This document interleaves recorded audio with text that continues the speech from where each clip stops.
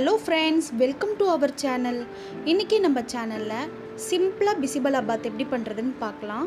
இதுக்கு தேவையான ஐட்டம்ஸ் ஒவ்வொண்ணா பார்த்துடலாம் வாங்க. வெந்தயம் 1/2 ஸ்பூன் எடுத்து வச்சிருக்கேன். கடலை பருப்பு, மிளகு, ஜீரகம், கொஞ்சமா கசகசா, சோம்பு, இதில் பட்டை, லவங்கம், ஏலக்காய்லாம் கொஞ்சம் கொஞ்சம் எடுத்து வச்சிருக்கேன். உங்களுக்கு எவ்வளோ வேணுமோ அவ்வளோ எடுத்துக்கோங்க. அப்புறம் கொஞ்சம் தனியா, காரத்துக்கு ஏற்ப காஞ்ச மிளகாய். அரிசி 1.5 டம்ளர் நான் கழுவி ஊற வச்சுருக்கேன். துவரம்பருப்பு, சின்ன வெங்காயம், தக்காளி, பீன்ஸ், கேரட்டு, வீட்டில் இருக்கிற காய் வச்சு செய்யலாம். அப்புறம் முருங்கைக்காய், குடமிளகா, கொஞ்சம் கொண்டக்கடலையை ஊற வச்சு எடுத்து வச்சுருக்கேன். அப்புறம் தாளிக்க எண்ணெய், நெய், கொஞ்சமாக கடுகு, கருவேப்பிலை, கொத்தமல்லி, கடைசியாக உப்பு. இங்கே ஒரு பேனில் நான் கொஞ்சமாக இப்போ எண்ணெய் சேர்த்துக்கிறேன். இந்த மிளகு, ஜீரகம் அதெல்லாம் நம்ம ட்ரை ரோஸ்ட் பண்ணிவிட்டு பொடி பண்ண போகிறோம். அதுக்காக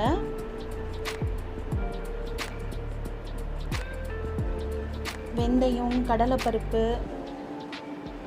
மிளகு, ஜீரகம், சோம்பு இது எல்லாத்தையுமே நம்ம சேர்த்து ட்ரை ரோஸ்ட் பண்ண போகிறோம். இந்த மாதிரி ட்ரை ரோஸ்ட் பண்ணிவிட்டு நம்ம பொடி சேர்த்தோம்னா டேஸ்ட்டாக இருக்கும். ஃப்ரெஷ்ஷாக அரைச்சி நம்ம செய்யும்போது நமக்கு எந்த டிஷ்ஷாக இருந்தாலுமே அது நல்ல டேஸ்ட்டாக இருக்கும்.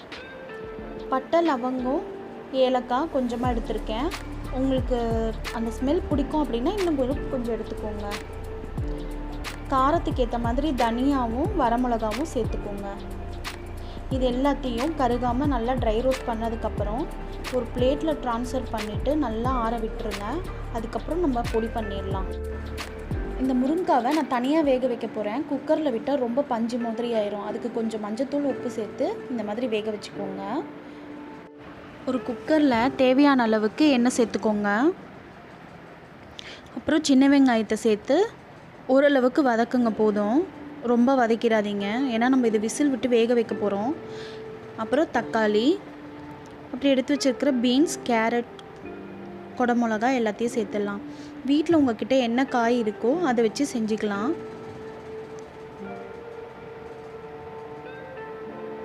அப்புறம் ஊற வச்சுருக்கிற கொண்டக்கடலையை சேர்த்துருங்க. இதெல்லாம் சேர்த்து ஓரளவுக்கு எண்ணெயில் வதங்கினதுக்கப்புறம் நம்ம துவரம்பருப்பு இதில் சேர்த்துடலாம்.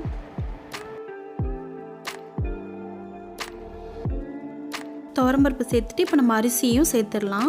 நான் இதை ஆல்ரெடி கொஞ்சம் நேரம் ஊற வச்சுருக்கேன்.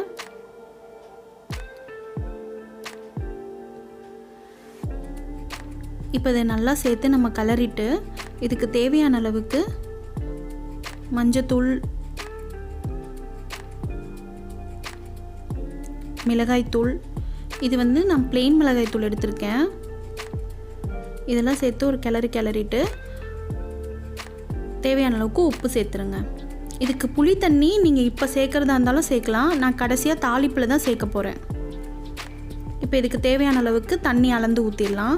எப்போவுமே இப்போ இது 1 டம்ளர் நீங்கள் எடுக்கிறீங்க அப்படின்னா இதுக்கு 3 டம்ளர் தண்ணி வச்சா கூட நல்லா தான் இருக்கும். ஏன்னா நமக்கு செய்யும் போது தண்ணியாக இருந்தாலும் அது சூடு ஆற ஆற நமக்கு ஒரு மாதிரி கட்டியாக, அதனால் நீங்கள் தண்ணி எக்ஸஸாகவே வச்சுக்கலாம், தப்பு இல்லை. தண்ணி சேர்த்ததுக்கப்புறம் உப்பும் காரமும் நீங்கள் ஒரு வாட்டி சரியாக இருக்கான்னு பார்த்துக்கோங்க. இப்போ நான் பத்தலை, அதனால் கொஞ்சம் காரமும் உப்பும் நான் இப்போ சேர்த்துக்கிறேன். நம்ம லாஸ்ட்டாக சாம்பார் பொடி வேறு இதில் சேர்க்க போகிறோம். அதனால் இப்போ தேவையான அளவுக்கு காரம் சேர்த்துருங்க. ஏன்னா செக் பண்ணதுக்கப்புறம் நம்ம இதை மூடி போட்டு வேக விட்டுடலாம். நான் இன்றைக்கி 5 விசில் விட்டேன். இதுக்கு நமக்கு bisibelebath ரெடி ஆகிடுச்சு. இப்போ இதுக்கு தாளிப்பு சேர்த்துடலாம். அதுக்கு இங்கே ஒரு பேனில் தேவையான அளவுக்கு எண்ணெய் சேர்த்துட்டு 1 ஸ்பூன் நெய் சேர்க்க போகிறேன். உங்களுக்கு நெய் ஸ்மெல் பிடிக்காதுன்னா அதை அவாய்ட் பண்ணிக்கோங்க.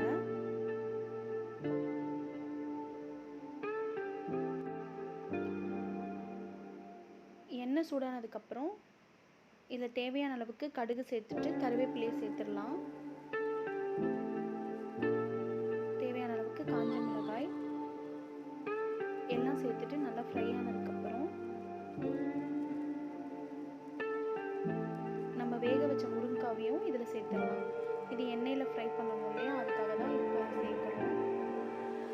சேர்த்ததுக்கப்புறம் நான் இதுக்கு தேவையான அளவுக்கு புளி தண்ணி சேர்க்குறேன். இப்போ இதெல்லாம் நல்லா இதானதுக்கப்புறம் நம்ம பிசிபெலபாத்தில் சேர்த்துடலாம்.